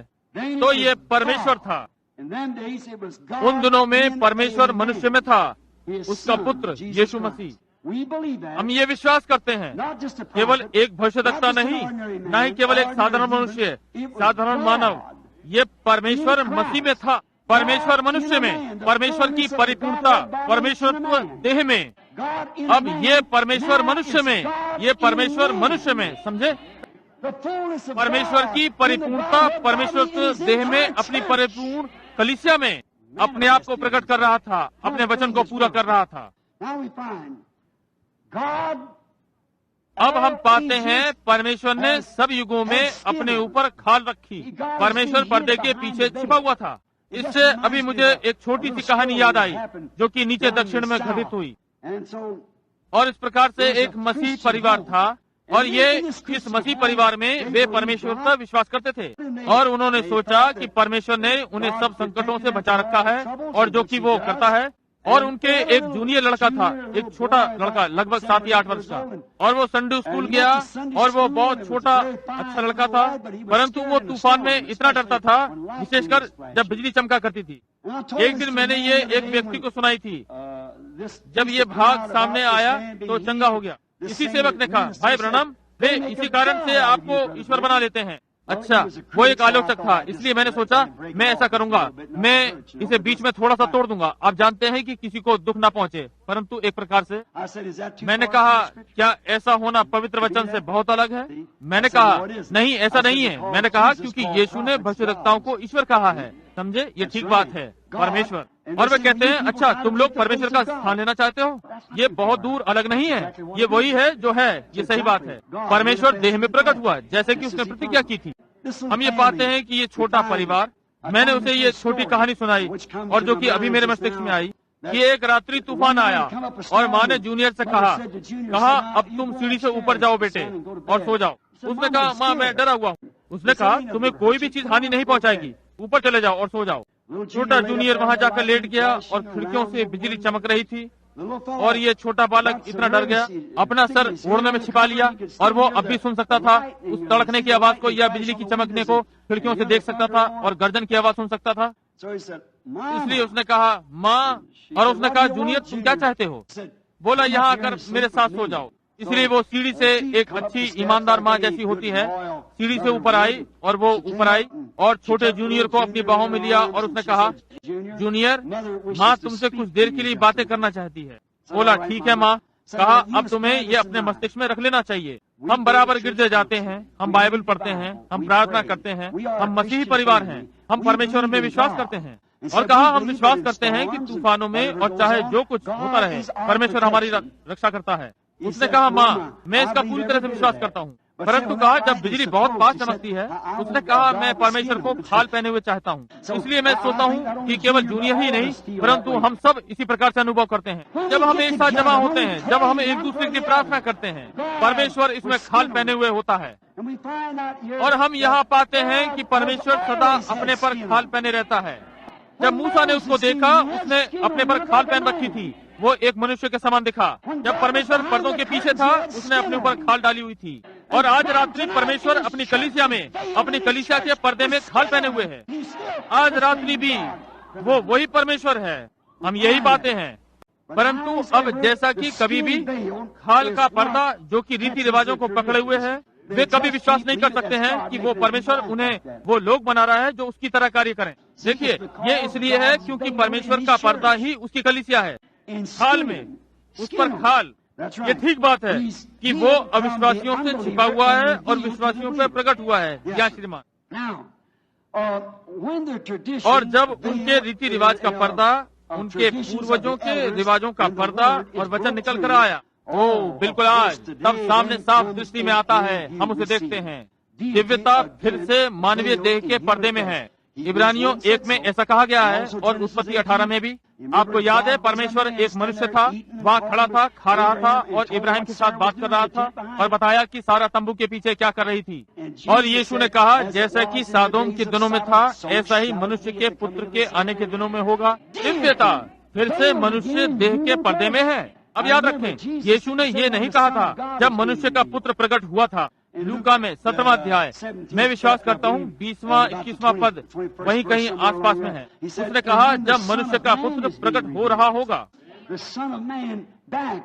मनुष्य का पुत्र फिर से कलीसिया में है, मनुष्यों में प्रकट हुआ, ना कि परमेश्वर का पुत्र, परंतु फिर से मनुष्य का पुत्र अंत के दिनों में फिर कलीसिया में है। हम पाते हैं कि उसने ये प्रतिज्ञा परमेश्वर की प्रतिज्ञाओं में की है। पुराने नियम में हम दूसरी चीजें देखते हैं। यहाँ निर्गमन में मेरे पास वचन है, उन पुराने सुइसों की खालें, उसने क्या किया? इसने परमेश्वर की महिमा को मनुष्य से छिपाया सुइसों की खाल ने। कारण ये था कि लोग उसे देख नहीं सकते थे क्योंकि वो खाल थी जो उसे रोके हुई थी। वो खाल थी, परमेश्वर की महिमा खाल के पीछे थी और अब परमेश्वर की महिमा आपकी खाल के पीछे है। ये ठीक बात है और रीति रिवाज इसे नहीं देख सकते। ये पर्दे की अंदर की ओर है जहाँ उसका वचन था। पीछे वहाँ खाल के पीछे की ओर क्या था? उन पुराने शीशों की खालें जिसमें की कोई सुंदरता नहीं थी कि हम उसको चाहते। और जब वो देहधारी हुआ और हमारे बीच में रहा, अब भी कोई सुंदरता ना थी कि हम उसको चाहते। और अब आज भी वही बात है, पुरुष या स्त्री में ऐसा कुछ नहीं है कि हम जिसकी इच्छा कर सकते हो, परंतु ये क्या है जो उसकी वहाँ आड़ में है, ये वही है। अच्छा, आप कहते हैं मैं जानता हूँ ये व्यक्ति शराब पिया करता था, वो ऐसा करता था। मैं चिंता नहीं करता कि वो क्या किया करता था, उस खाल के पीछे क्या छिपा था। वहाँ पीछे क्या है? यही है जो माना जाता है, यही लोग अंधे हो गए हैं। हाँ, लोगों को अंधा कर देती है, समझे? वे कहते हैं मुझे याद है कि वो स्त्री, मैं जानता हूँ कि वो क्या किया करती थी, परंतु अब इसके विषय में क्या है, समझे? यदि वो खाले जो कभी शीशों पर होती थी, परंतु अब ये परमेश्वर की महिमा को छिपा रही है, लेकर पीछे रखी हुई है। वो जानवरों पर थी, परंतु अब ये परमेश्वर की महिमा को रख रही है। और इसी प्रकार आज रात्रि को आपकी खाल भी बदल सकती है, परमेश्वर का निवास स्थान बन सकती है। परमेश्वर मानव स्वभाव में रह रहा है। उस पुराने सुइसों की खाल को देखिए, उसके पीछे हम पाते हैं कि वो था, उसके अंदर की ओर वहाँ वचन था, और वचन वहाँ भेंट की रोटियां भी थीं। वाचा के संदूक पर छिड़काव था, और वो क्या था? परम प्रधान का तेज वहाँ अंदर था। अब वचन बीज है, और ये तब तक नहीं हो सकता जब तक सूर्य का उजियाला इस पर न पड़े। जीवित रहने के लिए सूर्य को उस पर चमकना ही है ताकि वो उग सके, और केवल यही मार्ग है। आप वचन लेते हैं, समझे? परमेश्वर के वचन को अपने हृदय में लीजिए और परम प्रधान के तेज में चलिए। और जब आप करते हैं, ये भेंट की रोटियों का मन्ना लाता है, जो कि केवल अलग किए गए लोगों के लिए है। केवल वही इसको खा सकता है, जिसको इसे खाने की अनुमति है। केवल वो लोग जिन्हें इसकी आज्ञा है और इसे जानते हैं। पौलुस ने यहाँ कहा है, महिमा से महिमा में बदल रहे हैं। अब समझे, अंत में ये अपने उस पर आता है, अपनी मूल महिमा पर वापस आता है। ये प्रातः की शोभा के बीज के समान है, फूल का बीज। ये भूमि में गिरता है, गेहूं का बीज भूमि में पड़ता है। पहली चीज क्या है? वो ऊपर आता है और वो एक छोटा अंकुर है। तब ये खुंदनी में जाता है, तब फिर बाल से वापस अपने मूल बीज में। ठीक है, ये बिल्कुल वही है जो कलीसिया ने किया है। ये लूथर से वेस्ली में, और अब वापस अपने मूल बीज में, वापस अपनी मूल महिमा में, वापस उसी महिमा में जिसमें वो आरंभ में थी। वो सूर्य जो पूर्व में उदय हुआ, वही सूर्य उन्हीं चीजों को पश्चिम में प्रकट कर रहा है। महिमा से महिमा में बदल रहा है। ये पैगन से बदलकर लूथर में, और लूथर से वेस्ली में, और वेस्ली से निकलकर पेंटिकॉस्टल में, और निरंतर आगे बढ़ता गया। महिमा से महिमा में बदलते हुए छिपा हुआ मन्ना उत्पन्न करता है, और अब उसे वापस लाने के लिए बिल्कुल वैसे ही जैसा वो आरंभ में था, ये परिपक्व होता है। उसकी वही सेवकाई, वही यीशु, वही सामर्थ, वही पवित्र आत्मा, वही जो पेंतिकुस्त के दिन नीचे उतरा था, वही पवित्र आत्मा आज प्रकट हुआ है। महिमा से महिमा में, फिर महिमा में अपने मूल बीज पर पवित्र आत्मा के बपतिस्मा के द्वारा वापस आता है। उन्हीं चिन्हों के साथ, उन्हीं आश्चर्य कर्मों के साथ वही बपतिस्मा, उसी प्रकार के लोग उसी प्रकार का व्यवहार कर रहे हैं, उसी सामर्थ, उसी संवेदना के साथ। ये महिमा से महिमा में, और इस महिमा से अगला बदलाव उस देह में जो उसकी अपनी महिमा युक्त देह है, जहाँ हम उसको देखेंगे। इब्राहिम ने उसी को देखा। अब ध्यान दें, हम देखते हैं ये किस प्रकार बदल गया था। कैलवरी के बाद से हम उसकी महिमा में सहभागी होने के लिए आमंत्रित हैं। अब पहले कुरिन्थियों 12 में हमने उसकी देह में बपतिस्मा लिया। एक ही आत्मा के द्वारा हम सबका बपतिस्मा हुआ, एक पानी के द्वारा नहीं, एक आत्मा हम सबका बपतिस्मा हुआ। अब ये ठीक बात है। अब तब हम उसके भाग हो जाते हैं। मुझे आशा है, मैं आपको अधिक समय तक नहीं रोकूंगा। देखा, मैं आशा करता हूँ मैं नहीं, परंतु ये एक महान स्वर संगम के समान है जो बजाया जा रहा है, या नाटक की भूमिका की जा रही। मैं स्वर संगम या नाटक के विषय में अधिक नहीं जानता, परंतु मैं ये नाटक देख रहा था। मैं कारमेन के विषय में बात कर रहा था, जब मेरी पुत्री और वे इसमें थे, और वे इस स्वर संगम को बजा रहे थे वहाँ उस कारमेन में। वे अभिनय कर रहे थे, संगीत था, उसी प्रकार का अभिनय कर रहे थे। इसी प्रकार से तब होता है जब आपका पवित्र आत्मा द्वारा मसीह में बपतिस्मा हो जाता है। अब देखिए, आप में से बहुत से लोगों ने रूसी रचयिता की वो कहानी पढ़ी या सुनी होगी जिसने पीटर और भेड़िया की रचना की है, और कैसे उसने प्रतिरूपों और हर चीज का अभिनय किया। और कोई भी जो इस कहानी को जानता है, जो कि एक कागज से पढ़ी जाती है, और उस स्वर के संगम को सुन सकता है कि वो कैसे वो नाटक अभिनय करके खेला गया था। क्यों? वे हर बदलाव को जानते हैं। वे यहाँ इस पर कागज को देखकर बदलाव देखते हैं। परंतु अब क्या होता है, यदि रचयिता कुछ और लिखता और हम पाते हैं कि ये अभिनय सही नहीं किया गया, तब हम पाते हैं कि वहाँ कुछ हुआ, वहाँ कुछ कमी सी है। जब हम उन्हें देखते हैं, वो जिसने इसे रचा है तैयार किया है और लिखा है, और तब स्वर संगम की लय इसे बजा रही है और गलत स्वर देता है, तो वहाँ कुछ गड़बड़ है। निर्देशक ने गलत संकेत दिया है, समझे। और आज यही मामला है मेरे लूथरन भाइयों, मेरे बैप्टिस्ट भाइयों, मेरे पेंटिकॉस्टल भाइयों, मेरे सारे विभिन्न नामधारी कलीसियाओं के भाइयों, यही वो बात है, समझे। आप उस स्वर को देने का यत्न करते हो जो लूथर के समय में बज रहा था, या वेस्ली, इसी प्रकार से। जब वास्तविक संगीत स्वर का ये कागज यहाँ ये दिखाता है कि ये दूसरा समय है, देखा, समझे। हम लूथर के उजियाले में नहीं रह सकते, वो एक सुधारक था, हम उसके भाग की सराहना करते हैं, परंतु हम उसे बजा चुके। अब हम पुस्तक के अंत में पीछे की ओर हैं, समझे। हम नहीं कर सकते, हम इसे उस प्रकार नहीं बजा सकते। अब केवल एक ही मार्ग है कि आप इसे करने के योग्य हो मेरे भाइयों, वो ये है, और संसार के भाइयों और संसार के विभिन्न भागों के मैं ये कह सकता हूँ, इसका केवल एक ही मार्ग है उस निर्देशक को करने के लिए। उसे उसी आत्मा में आना पड़ेगा जिसमें वो रचयिता था, तब वो इसे ले पाता है। और जब वो कलीसिया, वो स्वर मिलान स्वयं में, जबकि संसार इन चिन्हों और आश्चर्य कर्मों को देख रहा है, जबकि वो कलीसिया और रचयिता और निर्देशक सारे रचयिता की आत्मा में आ जाते हैं, तब जब वे कहते हैं आश्चर्य कर्मों के दिन बीत गए, तो ये सही स्वर नहीं देता। परंतु जब वो इसके साथ एक स्वर भाव में आ जाते हैं और उसी सही आत्मा में, आप ये कैसे कर सकते हैं जब तक कि रचयिता की आत्मा उतर नहीं आती। आमीन। तब जब आप कहते हैं आश्चर्य कर्मों के दिन कभी समाप्त नहीं हुए, तो स्वर का मिलान चिल्ला उठता है। आमीन। जब हम जोरदार शब्दों में कहते हैं यीशु मसीह कल, आज और सर्वदा एक सा है, तो सारा स्वर मिलान चिल्ला उठता है। आमीन। ये पवित्र आत्मा तुम पर आने के पश्चात तुम सामर्थ प्राप्त करोगे। स्वर संगम चिल्लाता है आमीन, मैंने इसे पाया है। तब इसके लिए कोई अनुमान वाली बात नहीं है, सारा स्वर संगम वचन के साथ मेल खाता है, बस आगे बढ़ता है, यही बात है। ओ, ये शोभायमान बात है। निर्देशक और रचयिता को एक ही आत्मा में होना चाहिए, और इसी प्रकार से संगीतकारों को भी उसी आत्मा में सारे कार्य करने चाहिए। और संसार आश्चर्यचकित हो रहा है कि क्या घटित हो रहा है। कम्युनिज्म के विषय में वे बात करते हैं और इससे उन्होंने मुझे परेशान कर दिया, और ये सारा जुड़ना और सारी बातें और अलगाव, ओ अनुग्रह, इस प्रकार की सारी अनर्थक बातें, जबकि प्रभु का आगमन निकट है, कहीं कुछ गलत हो रहा है। मुझे भय है कि निर्देशक लोग रचयिता की आत्मा से बाहर निकल गए हैं। जब हम रचयिता की आत्मा पाते हैं, परमेश्वर की वो मूल सामर्थ जो कि बाइबल कहती है, पुराने लोगों ने पवित्र आत्मा की प्रेरणा से बाइबल लिखी। आप दोनों चीनी कागज के टुकड़ों को देखेंगे कि वे पास पास आएंगे, जिस तरह की परमेश्वर की बाइबल और विश्वासी पास पास आएंगे, क्योंकि वे दोनों एक ही आत्मा में हैं, वे दोनों एक ही चीज हैं, वे एक दूसरे में सही मिलान से बैठते हैं। आज हमें क्या चाहिए? निर्देशक। ये ठीक बात है। वचन पर वापस आकर और इसका वैसे ही विश्वास करें जैसे कि कहा गया है। तब आप देखते हैं कि परमेश्वर स्वयं ये पर्दे का उठ जाना है, नाटक वास्तविक बन जाता है। आज वे कहते हैं कि ठीक है, वो एक ऐतिहासिक परमेश्वर है। हम जानते हैं कि उसने लाल सागर पार किया, उसने ये सब किया, और वो आग की भट्टी में हिब्रू बालकों के साथ था।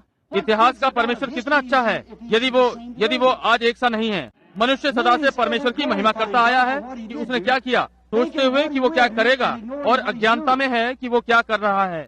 मनुष्य में यही है जो वो करता है, और आज भी यही बात है मेरे भाइयों, आज बिल्कुल यही बात है। हो, आइए वापस चलें और स्वर संगम को सही वहीं बजाएं जहां संसार देख सके। यीशु ने कहा, यदि मैं इस पृथ्वी पर से उठाया जाऊंगा, मैं सब मनुष्यों को अपने पास खींच लूंगा, और वो कल, आज और सर्वदा एक सा है।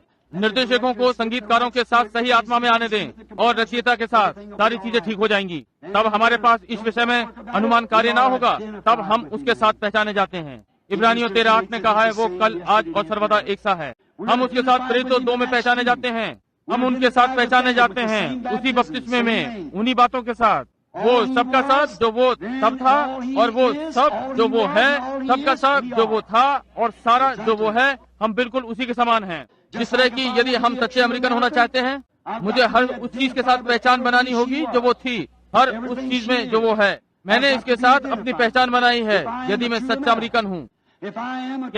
अमेरिकन हूँ, तो मैं प्लेमाउथ चट्टान पर उतरा हूँ। आमीन, मैंने किया।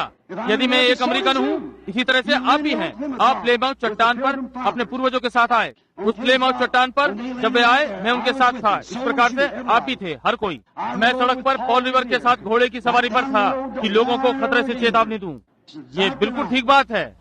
यहाँ डेली फोर्ट में मैंने बर्फीले डेलवेयर को पार किया, उन सिपाहियों के झुंड के साथ जिनमें से आधों के पैर में जूतियां नहीं थी।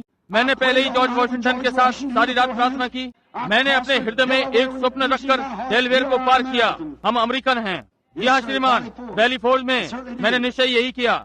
मैंने मूल धन्यवाद देने वाले पूर्वजों के साथ धन्यवाद दिया। मैंने परमेश्वर का धन्यवाद किया। यदि मैं वास्तविक अमेरिकन हूँ तो मैं वहाँ उनके साथ मेज पर पहचाना गया। यदि मैं वास्तविक अमेरिकन हूँ तो मैं जब स्टोनवॉल जैक्सन के साथ खड़ा हुआ था तो पहचाना गया था। यदि मैं वास्तविक अमेरिकन हूँ तो मैं बोस्टन में जलपान के साथ पहचाना गया था। जी हाँ श्रीमान, जब हमने उन चीजों को लेने से अस्वीकार कर दिया था जो हमारी आंखों के सामने रखी गई थी। जब मैं एक वास्तविक अमेरिकन था, जब मैं वहाँ उन बातों के साथ पहचाना गया था। जी हाँ श्रीमान, मैंने पहली स्वतंत्रता की घंटी 4 जुलाई 1776 में बजाई। मैंने यहाँ स्वतंत्रता की घंटी बजाई और घोषणा की कि हम स्वाधीन हैं। एक वास्तविक अमेरिकन होने के लिए मुझे होना था। मैं उसकी लज्जा के साथ उसके आंदोलन में पहचाना गया था जब भाई लोग विरोध में लड़े। मुझे उसकी लज्जा में भी वैसे ही सहभागी होना है जैसे उसकी शान में। यदि मैं अमेरिकन हूँ तो मुझे होना ही है। मैं उसके साथ पहचाना गया था। जी हाँ, मैं वहाँ गेटिसबर्ग में वहाँ पहचाना गया जहाँ लिंकन ने अपना भाषण दिया। जी हाँ श्रीमान, मैं वेक आइसलैंड में था उन लहूलुहान सिपाहियों के संग। मैं वेक आइसलैंड में उठा, वहाँ पर मैंने वो झंडा फहराने की सहायता की। मैं वास्तविक अमेरिकन हूँ। आमीन। वो जो कुछ भी है मैं हूँ और उस पर घमंड करता हूँ। जी हाँ, वास्तव में सारे अमेरिकन वही हैं जो वो है। अमेरिकन होने के लिए मैं अब भी वही हूँ। हर चीज जो वो है मुझे भी होना है, क्योंकि मैं उसके साथ पहचाना गया। एक सच्चा मसीह होने के नाते भी यही बातें हैं। आपको उसके संग पहचाना ही जाना है। एक वास्तविक मसीह होने के लिए मैंने मूसा के साथ प्रचार किया और लड़ाई या नूह के साथ और लोगों को आने वाले न्याय से चेतावनी दी। उस जलती हुई झाड़ी के समय मैं मूसा के साथ था। मैंने आग का खंभा देखा, मैंने उसकी महिमा को देखा। मैं मूसा के साथ वहाँ सुनसान स्थान में था। एक मसीह होने के लिए जो भी परमेश्वर था, मुझे उसके साथ पहचाना जाना चाहिए। एक मसीह होने के लिए मैंने उसकी महिमा देखी, मैंने उसकी आवाज सुनी। मुझे अलग करने के लिए उसकी व्याख्या करने का यत्न न करें, क्योंकि मैं वहाँ था। मैं जानता हूँ कि मैं किस विषय पर बात कर रहा हूँ। मैंने देखा है कि क्या घटित हुआ है। जी हाँ श्रीमान, मैं लाल सागर पर था जब मैंने परमेश्वर की आत्मा को नीचे उतरते देखा और जल को एक ओर से 2 भाग कर दिया। उन पटेरे को झुंड में से होकर नहीं, जो कि वो आज कहने का यत्न करते हैं, परंतु लगभग 90 फुट गहरे समुद्र से होकर मैंने परमेश्वर के आत्मा को देखा। मैं मूसा के संग उस सूखी भूमि से निकला, उस लाल सागर से होकर। मैं सीने पर्वत के समीप खड़ा हुआ और गर्जन और बिजलियां गिरती देखी। मैंने वहाँ उसके साथ मन्ना खाया, मैंने उस चट्टान से पिया। मैं आज रात्रि भी वही कर रहा हूँ। मैं उन मन्ना खाने वालों के साथ पहचाना गया। मैं उनके संग पहचाना गया था जिन्होंने चट्टान से पिया। जब यहोशू तुरई फूंक रहा था तो मैं उसके संग पहचाना गया था और यरीहो की दीवार गिर पड़ी। मैं डैनियल के साथ शेरों की मान में था। मैं हिब्रू बालकों के साथ आग की भट्टी में था। मैं कार्मेल पर्वत पर एलिया के संग था। मैं यूहन्ना बपतिस्मा देने वाले के साथ उनकी आलोचनाओं के सामने था। मैंने परमेश्वर की आत्मा को उतरते देखा। मैंने परमेश्वर की आवाज को ये कैसे सुना, ये मेरा प्रिय पुत्र है जिसमें मैं वास करने हेतु अति प्रसन्न हूँ। हाँ श्रीमान, निश्चय ही मैं उसके साथ पहचाना गया था। ये बिल्कुल ठीक बात है। मैं वहाँ लाजर की कब्र पर पहचाना गया जब उसने लाजर को जिलाया। मैं उस स्त्री के साथ कुएं पर पहचाना गया जब उसने उसके पाप बता दिए। जी हाँ, निश्चय ही मैं उसके साथ उसकी मृत्यु में पहचाना गया और मैं पहले स्तर पर पहचाना गया। मैं उसके साथ मृत्यु से जी उठा। मैं उसके साथ उसकी मृत्यु में पहचाना गया। मैं ऊपर वाली कोठरी में 120 के साथ था। मैं उनके संग पहचाना गया था। मैं धार्मिक अनुभव कर रहा हूँ। वहाँ मैं पहचाना गया। मैं उनमें से एक हूँ। मैं पहचाना गया था। मुझे भी वही अनुभव हुआ जो उन्हें हुआ था। जब ये घटित हुआ तो मैं वहाँ था एक सच्चा मसीह होने के लिए। मैंने तेज वायु प्रवाह आने की गवाही दी। मैंने उसकी गवाही दी। मैंने परमेश्वर की सामर्थ को अनुभव किया जैसे कि उसने हिला दिया। मैं उनके साथ था जिन्होंने भाषाएं बोली। मैंने अनुभव किया अभिषेक वहाँ आया।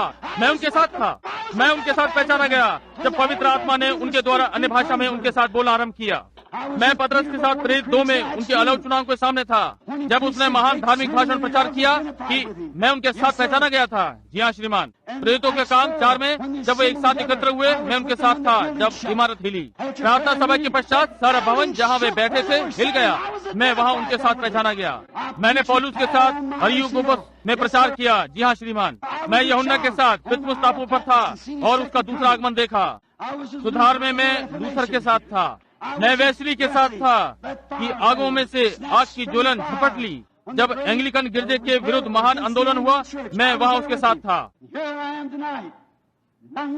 और यहाँ मैं आज रात्रि 1964 में फिलाडेल्फिया पेंसिल्वेनिया में हूँ। उसी प्रकार के झुंड के साथ पहचाना गया हूँ, उसी प्रकार के अनुभव के साथ। एक मसीह होने के लिए मुझे होना ही चाहिए। मुझे वहीं पर स्थिर और पहचाना जाना चाहिए जहाँ परमेश्वर का वचन प्रकट होता है। मैं उस झुंड के लोगों के साथ पहचाना गया हूँ जिन्होंने परमेश्वर के आत्मा को अनुभव किया है। मैं उस झुंड के साथ पहचाना गया हूँ जो जानते हैं कि वो बेपर्दा हो गया है, जो जानते हैं कि वो कल, आज और सदा तक एक सा है, और जानते हैं कि ये कोई धार्मिक हट नहीं है। ये यीशु मसीह कल, आज और सदा तक एक सा है। आज रात्रि में उस झुंड के साथ पहचाना गया हूँ। तब भी वे नास्तिकों का झुंड कहलाए, अब भी एक धार्मिक हट का झुंड परमेश्वर के वचन के कारण। परंतु मैं यीशु मसीह के सुसमाचार से लजाता नहीं, क्योंकि ये उनके लिए उद्धार के लिए परमेश्वर की सामर्थ है। मैं उनके साथ हूँ जिन जीवित पत्नियों के लिए मैंने बोला। प्रमाणित हुआ परमेश्वर मानव रूप में पुरुष और स्त्रियों में पर्दे में छुपा हुआ है। वो परमेश्वर ने फिर से अपने मुखौटे को स्वयं हटा दिया है और अपने आप को अपने लोगों पर प्रकट कर दिया। वो महान राजा जिसने अपनी महिमा को एक ओर रख दिया। अब भी थोड़ी देर के लिए और संसार मुझे अब और ना देखेगा, मैं उनके लिए पर्दे में हो जाऊंगा। परंतु तुम मुझे देखोगे, क्योंकि मैं तुम्हारे साथ होऊंगा, जगत के अंत तक तुम्हारे अंदर होऊंगा। लूथर से वेस्ली में बदल रहा है, इस तरह से बदलता जाता है, महिमा से महिमा। मैं अब भी वही परमेश्वर हूँ जो कि अपनी मूल महिमा की ओर वापस जा रहा है। हालेलुया। उसने प्रत्येक नामधारी गिरजों को तोड़ दिया है, प्रत्येक आवाज के अवरोध को। वो आवाज जो कहती है ओ ये तो धार्मिक हट है, उसने पूर्ण रूप से तोड़ दिया। वो आवाज जो वहाँ से आती है और कहती है वो वे लोग पागल हैं, उसने उसको बीच से पूरा तोड़ दिया है। जी हाँ, उसने कर दिया है। वो तुम इसे नहीं कर सकते, तुम लोग कुछ नहीं, केवल हट धर्मियों का झुंड हो। उसने उसमें से होकर तोड़ दिया है। दिव्य चंगाई जैसी कोई चीज नहीं है, उसने उसे भी तोड़ दिया है। अपने वचन के लिए उसने कहा वो करेगा। आप परमेश्वर के वचन को जीत नहीं सकते। और अब भी आज रात्रि वो वहाँ सामर्थी जीतने वाला खड़ा है। जब से उसने प्रत्येक मेथोडिस्ट, बैप्टिस्ट, प्रेस्बिटेरियन हर प्रकार के पर्दे को तोड़ डाला, वो आज रात्रि भी अपने लोगों में खड़ा है जो कि रीति रिवाजों से नहीं जीता जा सका। लोगों को वो जो वो चाहते हैं कहने दो, जो चाहे करने दो, जो भी वे चाहते हैं। परमेश्वर उस आवाज से अवरोध को तोड़ता हुआ आता है। और याद रखें, वे मुझे बताते हैं जब वायुयान वास्तव में उस ध्वनि अवरोधक को तोड़ता है तो उसकी गति की कोई सीमा नहीं होती। और मैं आपको बता रहा हूँ, जब आप रीति रिवाजों के अवरोध को तोड़ते हैं तो ये बताते हैं कि यीशु पूर्व काल में तो था, अब वो नहीं है। जब आप पाते हैं कि वो कल, आज और सर्वदा एक सा है, तो उसकी कोई सीमा नहीं है कि परमेश्वर ठीक यहाँ इस बेदारी सभा में क्या क्या कर सकता है और इस संसार को दिखा दे कि उनकी क्या आवश्यकता है। संसार का मेला नहीं, परंतु विश्व बेदारी जो कि भर देगी। और जीवित परमेश्वर की उपस्थिति से बपतिस्मा हुआ मुखौटा स्वयं को मानव देह के पर्दे में छिपा रहा है। हालेलुया। मैं विश्वास करता हूँ कि इसने प्रत्येक अवरोध, प्रत्येक पर्दे को तोड़ डाला है। और एक पर्दा, उसकी उपस्थिति से कोई छिप नहीं सकता। जब लोग अपने हृदयों में भूखे होते हैं तो वहाँ एक पर्दा है जो फट जाने को तैयार है। आप केवल उस पर निर्भर कर सकते हैं। प्रत्येक पर्दे को उसके महान पवित्र आत्मा द्वारा फाड़ दीजिए। और यहाँ आज रात्रि वो सामर्थ्य जीतने वाला खड़ा है। कल, आज और सर्वदा एक सा है। बीमारों को चंगा कर रहा है, विश्वासियों को बपतिस्मा दे रहा है, वैसे ही जैसे वो सदा करता आया। वो एक सामर्थ्य जीतने वाला है। दंडित शैतान भाग रहे हैं। जी हाँ श्रीमान, जब वो आसपास होता है तो वो सदा यही करते हैं। बंद करते हुए मैं ये कह सकता हूँ, ऐसा था कि मैंने बहुत वर्षों पहले एक बूढ़े वायलिन वादक के विषय में एक कहानी पढ़ी थी और उसके पास एक पुराना वायलिन था और वो उसे बेचने पर था। आपने बहुत बार ये कहानी सुनी है। और वे इसे किसी विशेष चीज के लिए बेचना चाहते थे। और नीलामी बोलने वाले ने कहा, कौन मुझे इतना इतना देगा? और मुझे विश्वास है उसके कुछ पैसे लगाए गए, हो सकता है 50 सेंट या ऐसे ही कुछ। 1 हुआ, 2 हुआ, एकदम से एक व्यक्ति पीछे से उठा। उसने कहा, जरा 1 मिनट। वो आया और उसे उठा लिया। हम कल्पना करें कि उसने ये बजाया। वहाँ एक चश्मा है जो लहू से भरा है, जो कि इमैनुएल की नसों से निकला है। जब पापी उस लहू में डूब जाते हैं, अपने सारे अपराधों के दाग धो लेते हैं, तब जब उसने इसे नीचे रखा तो उस स्थान पर एक भी आंख सूखी ना थी। तब उसने कहा, कौन कीमत लगाएगा? एक ने कहा 5,000, 10,000। ये अनमोल था। क्यों? उस बूढ़े वायलिन के उस्ताद ने उसकी सही विशेषता प्रकट कर दी। ओ भाई बहनों, इस वचन के गुरु को जिसने इसे लिखा, वो महान पवित्र आत्मा अपने बजाने की कमान को प्रेम के विरोध से रगड़कर और आपके हृदय के आर पार खींचा। वहाँ एक चश्मा है जो लहू से भरा है, इमैनुएल की नसों से निकला है। आप उसकी पूरी कीमत देखेंगे और बेपर्दा हुए परमेश्वर को सामने दृष्टिगोचर होते हुए देखेंगे। वो बिल्कुल वैसा ही है जैसा वो जब पेंतिकुस्त पर लोगों पर आया, जब उसने स्वयं को उंडेला, अपने आप को उनमें खाली कर दिया। ठीक बात है। आप कहते हैं, भाई ब्रनम, मैंने यत्न किया, मैंने ये या वो आदि किया। एक दिन मेरी एक सभा कार्लसबेड, न्यू मैक्सिको में थी और हम वहाँ एक बड़ी चमगादड़ों की गुफा में गए और ये एक प्रकार से प्रेत ग्रस्त सा दिखाई पड़ता था। और हम वहाँ पहुँचे और जब हम उस स्थान पर पहुँचे तो इस व्यक्ति ने उसने बत्ती बुझा दी और आप कल्पना कर सकते हैं कि वहाँ कितना अंधकार था। वहाँ इतना अंधेरा था कि आप उसे अनुभव कर सकते थे। और ये लगभग उसी प्रकार से है जिस प्रकार के समय आ रहे हैं, जब हम देखते हैं कि कलीसियाएं परमेश्वर के वचन को पहचानने में असमर्थ होती हैं। जब आप देखते हैं कि हमारी सयोन की पुत्रियां उसी प्रकार कर रही हैं जैसा वह करती थीं। जब आप देखते हैं हमारे भाई जो धूम्रपान और शराब पीते हैं और गंदे गंदे चुटकुले सुनाते और आदि, और तब भी वो अपने प्रायश्चित को मसीह में पकड़े रहने का यत्न करते हैं। ओ प्रभु परमेश्वर, ये अंधकार है, ये घोर अंधकार है। हम उसके आने का चिन्ह निकट देखते हैं। वहाँ ये होगा, दिन निकलने से पहले घोर अंधकार होता है, तब भोर का तारा दिन की जय जयकार करता हुआ आता है और उसका अग्रदूत बनकर, और ये दर्शाने के लिए कि वो आ रहा है। ध्यान दें, उसमें जब उन्होंने बत्ती को बुझाया तो वहाँ एक छोटी सी लड़की थी जो कि बहुत जोर से चीखी, और वहाँ एक छोटा लड़का था जो कि गाइड के पास खड़ा था। उसने जब मार्गदर्शक को देखा, जब उसने बत्तियों को इस प्रकार से बुझाया, और वो छोटी बहन बेहोश होने को हो गई थी। वो चीख रही थी, ऊपर नीचे कूद रही थी।